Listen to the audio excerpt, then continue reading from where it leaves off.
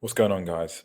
Do you ever feel like no matter how much you're doing in life, even if you're supposedly doing the right things, you're still constantly feeling restless and somewhat dissatisfied or disconnected with your life and disconnected with the actions that you're taking and the direction in your life?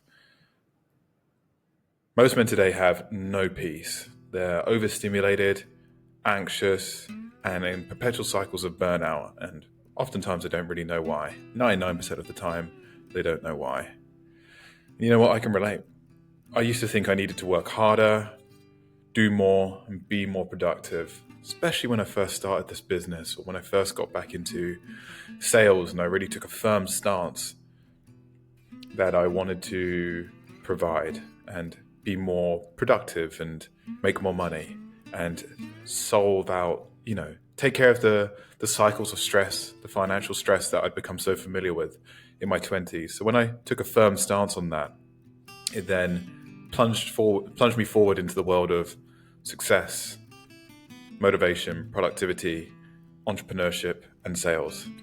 And it's not all been a bad thing, but it's led to depression, burnout, and periods where I've just found myself feeling really disconnected from my soul and peace and the wonder of life. And the things that initially motivated me got lost along the way at some point.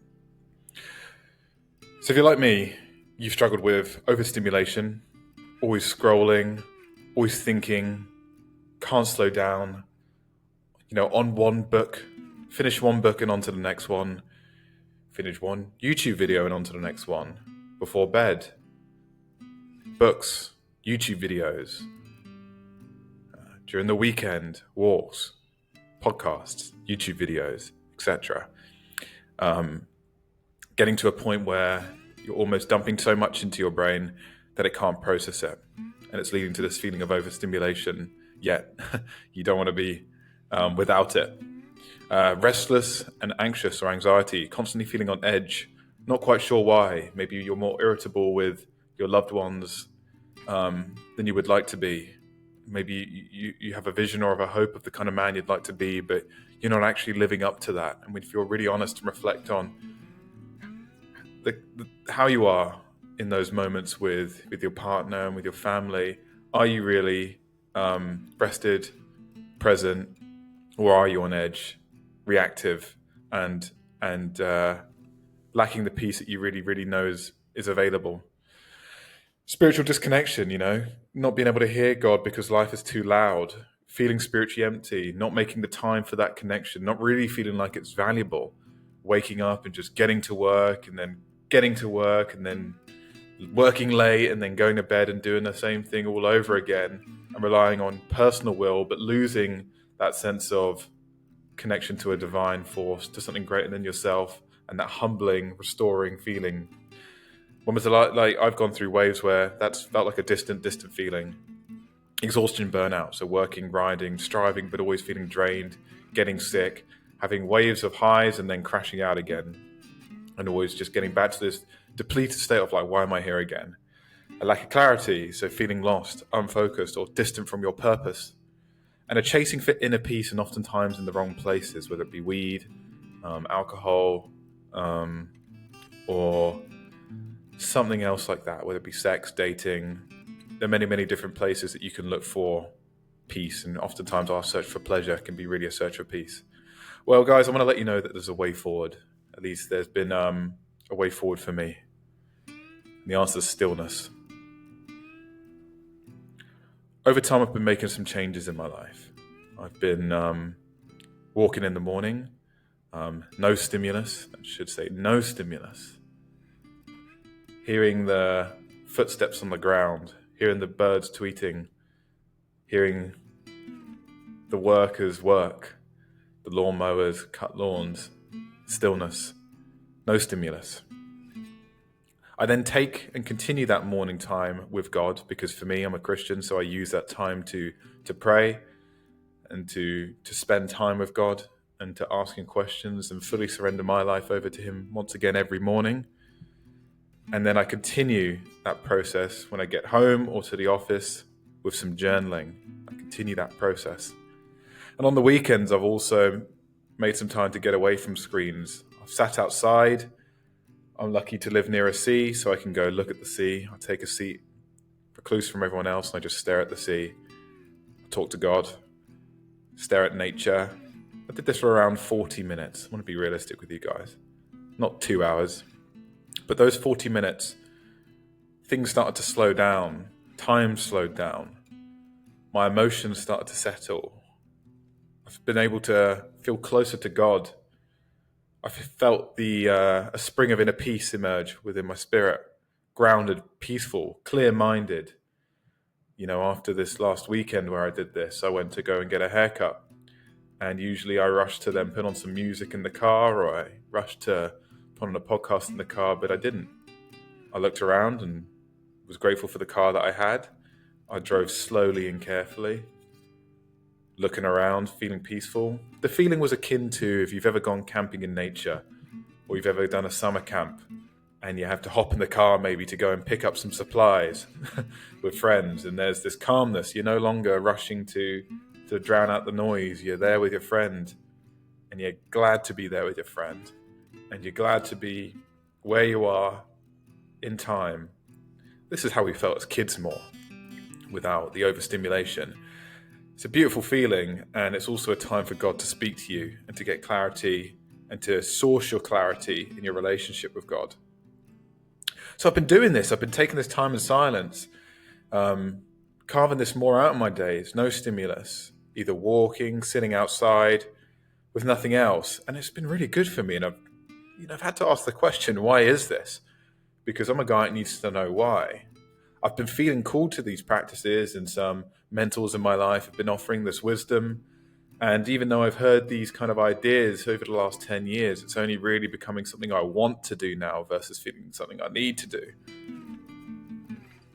Because I want more of these feelings in my life, and I want more of this reality in my life. I want this to be more of a way that I approach life on a day-to-day, because it's truly life-changing.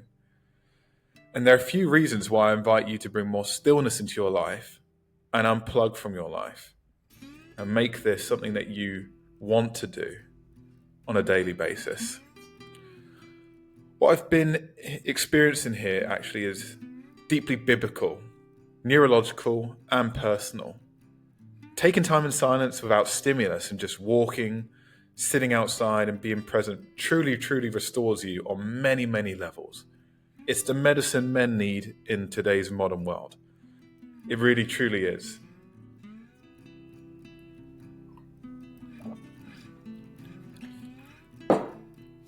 It's not to say a morning coffee can't be a part of that equation as well. I'm recording this off the back of a nice morning walk and journaling session. Clarity for this video emerged in that time. Clarity for my business and my working day emerges out of this peace and tranquility and guidance from God. Are you really carving the time to ask Him for guidance? Are you really asking the time to get clarity and speak to Him? I heard a priest talking on YouTube the other day, and he said, for every hour of content that you consume, spiritual content, let's say, you need 2 hours in prayer to process it, digest it, and actually really experience it. I thought that was pretty profound.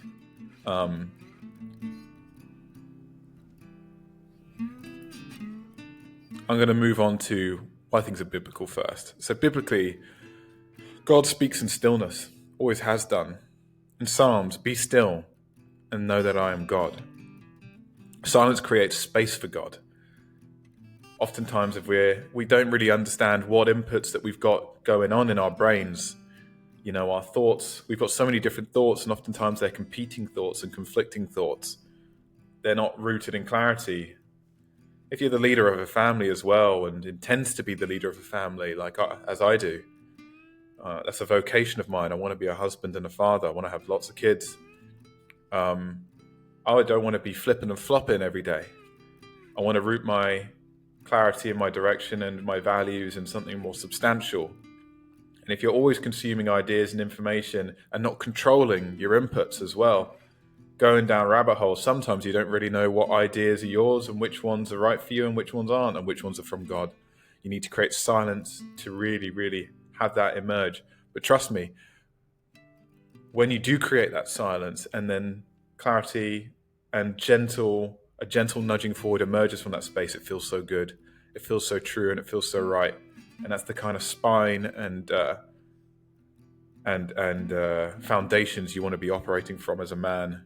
The world will feel it, and you'll be more of a gift to your family, children, and friends. The world is loud, distracting, and overstimulating, even more so than ever. God often speaks in the stillness.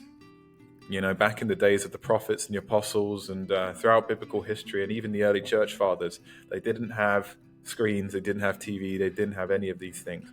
Naturally speaking, their brainwaves were in a slower state, just by default, by proxy, not by any sort of intention. That's something to think about. God often speaks in stillness, not through the noise, but in the quiet moments where your mind isn't rushing. And, a lot of new age or personal development circles will be like, connect to your inner genius, connect to your inner brilliance. And I'm all about, one of my prayers is to stay away from pride. And whenever I do have great ideas and whenever I do have great insight in my life, thank God, thank Christ, and the one who supplies that insight and supplies your gifts, supplies your brilliance. Realize you didn't make you, and that will ground you in a humility as well. That won't lead to destruction. Jesus himself frequently withdrew to quiet places to pray. Luke speaks about this in his gospel, and it's spoke about in other gospels as well.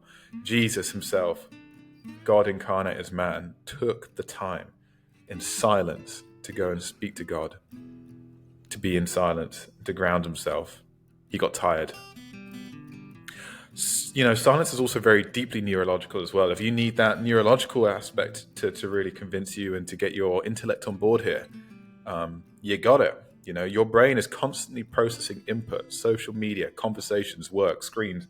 I heard a podcast not too long ago, a couple of months ago, about a guy who goes, stimulus is stimulus. You don't have to worry about it. He's just wrong. He's just wrong. Our brains are constantly processing input, social media, conversations, work, screens, ideas, and we can get constipated mentally. And especially if you have an ADD brain or ADHD brain like I do, we crave stimulation even more because we have a natural resting dopamine deficit, and we crave stimulation because it kind of helps bridge that. We also have an intensity and a voraciousness to consume information, which can be a gift. We go all in. The amount I can learn in a week about church history and the early church fathers, compared to, let's say, my companion, my fiance, my wife-to-be, it's very, very different. The same can be with me and my business partner, where I start learning about strategy and business and systems. I learn so much, but also I can burn out from that much input. And oftentimes, a lot of the input I'm consuming at a certain point is just filling up an overflowing bucket. You can't really make good use of the input anyway, so all you're really doing is stressing your nervous system. Silence helps activate that default mode network, the brain's natural state of reflection, creativity, and problem solving. Again, it's like that cup of zen that a couple of days hiking in nature can afford to you. And I think that's why, as men, if we haven't had it for a while, we can watch a movie, or where men are sitting around the fire with other men or hiking, and we yearn for it. We yearn for it because we yearn for that brain's natural state of reflection, creativity, and problem solving, that default mode network. We know what that's like once we've gone camping. I used to be a Boy Scout, and I didn't realize how good I felt until I didn't when I got older and started doing things that weren't good for me. But the feeling of being around with friends and staring at a fire and then going to sleep, and that kind of state, it's available for you. You can create space for that in your life. So meditation was never enough for me, though. One thing I want to put on there. I think the reason I really truly crave this and want this now and make the time for it versus feeling obliged to is because a lot of new age and just mindfulness lacks God. It lacks an interpersonal relationship with the one who made you. And that's what we're really designed for. So bring God in, and suddenly this will be a transformative process. At least for me it is. So stillness acts, and let's also not only bring in the neurological, let's bring in the physical. So stillness activates the parasympathetic nervous system, which is your rest and recovery mode.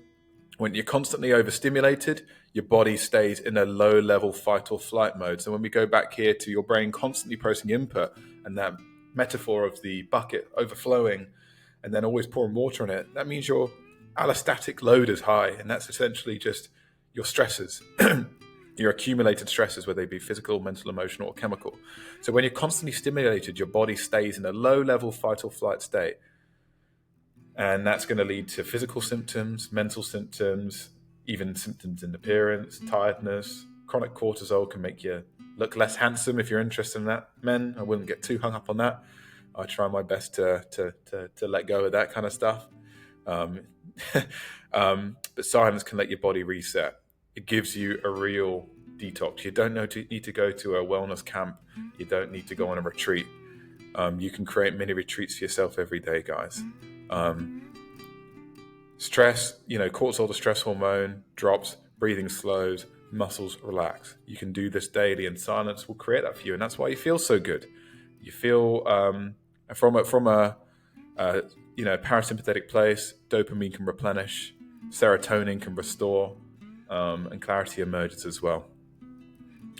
So in Isaiah, in quietness and trust is your strength.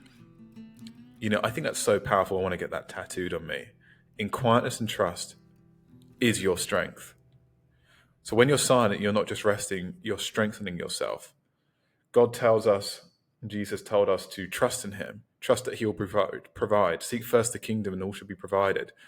In quietness and trust is your strength. Like, as men, we're all looking to be strong and empower ourselves, but oftentimes we end up doing it with the vehicle of ego and self-empowerment and self-will and determination, and it just leads to burnout and weakness. And oftentimes those cycles of depletion, I'm my weakest. And the irony is, in my desire to be strong and macho and this big, powerful warrior, I actually end up being weaker and not the kind of man who's going to be patient, grounded, and stable for my wife and for my kids or for my company. So in my egoic strength, I actually find weakness, but in God's strength and stability and trusting in his promises, asking him for guidance, asking him for provision and clarity and direction is where we find our strength. And that can only be rooted in a relationship with him, which is found in quietness. And then you get all of the physical and neurological benefits as well. So all of it compounds on top of itself, and it becomes the medicine man needs. So when you're silent, you're not just resting, you're actually strengthening yourself. You're going to be a better leader, a better husband, better man, even better athlete, all of those things. Whatever you want to do in your life, whatever God calls you to do, stillness is the medicine. So instead of reacting to life, you step back and observe. In stillness, you also give yourself to process big emotions and thoughts about distraction. Like, you've got all of this overflowing bucket. In stillness, I'm not saying that you shouldn't go and, I've still got time in my day where I listen to Bible teachers, I've listened to pastors, I listen to experts in my field, I listen to some mentors. They give me great wisdom, but then you need time to process that wisdom, digest it, let it run through your system. You need to work it out with God. You need to allow it to digest. Emotions and anxieties, if you're feeling uncertainties, you need time for those emotions to process and move their way through you. They just need time, intention, and space to do it. But if you keep on bombarding yourself, you don't allow yourself to, and then this is when you lie down at night and your brain is racing and you don't sleep well either. And this is when you can't be present with others as well. This is when you can allow God to father you as well. So then your wife doesn't need to suddenly become your mother. So many good things that come from this. So you remember what truly matters instead of being pulled in a million directions. And from this, again, clarity will emerge. So to remind you guys, in quietness and trust is your strength. Set this as your screensaver if you need to hear it. In quietness and trust is your strength. My recommendation, 15 to 30 minutes of silence daily, whether it be sitting outside, walking in the morning, or just being still. I recommend buying a journal and continuing that process, maybe making a coffee and writing. Then occasionally mid-journaling session, you might want to listen to some Bible, listen to some words of a mentor of yours once you've processed and digested a lot of thoughts, emotion, ideas, and good things that are happening in your life as well. This is the great thing of journaling. You start to process good things that are happening, insight, clarity, and then they don't come fly by night. Ideas that come and go, you clarify them, and you build on them, and they can become more substantial and grow. This is how art is produced as well. So no phone, no music for a good period of your day, no input, just quiet presence. If you want to use the gym as well, I think to not listen to things, that's also a good idea. I'm not perfect with that, but sometimes I do recommend it. And I also recommend use this time to pray, reflect, sometimes simply breathe.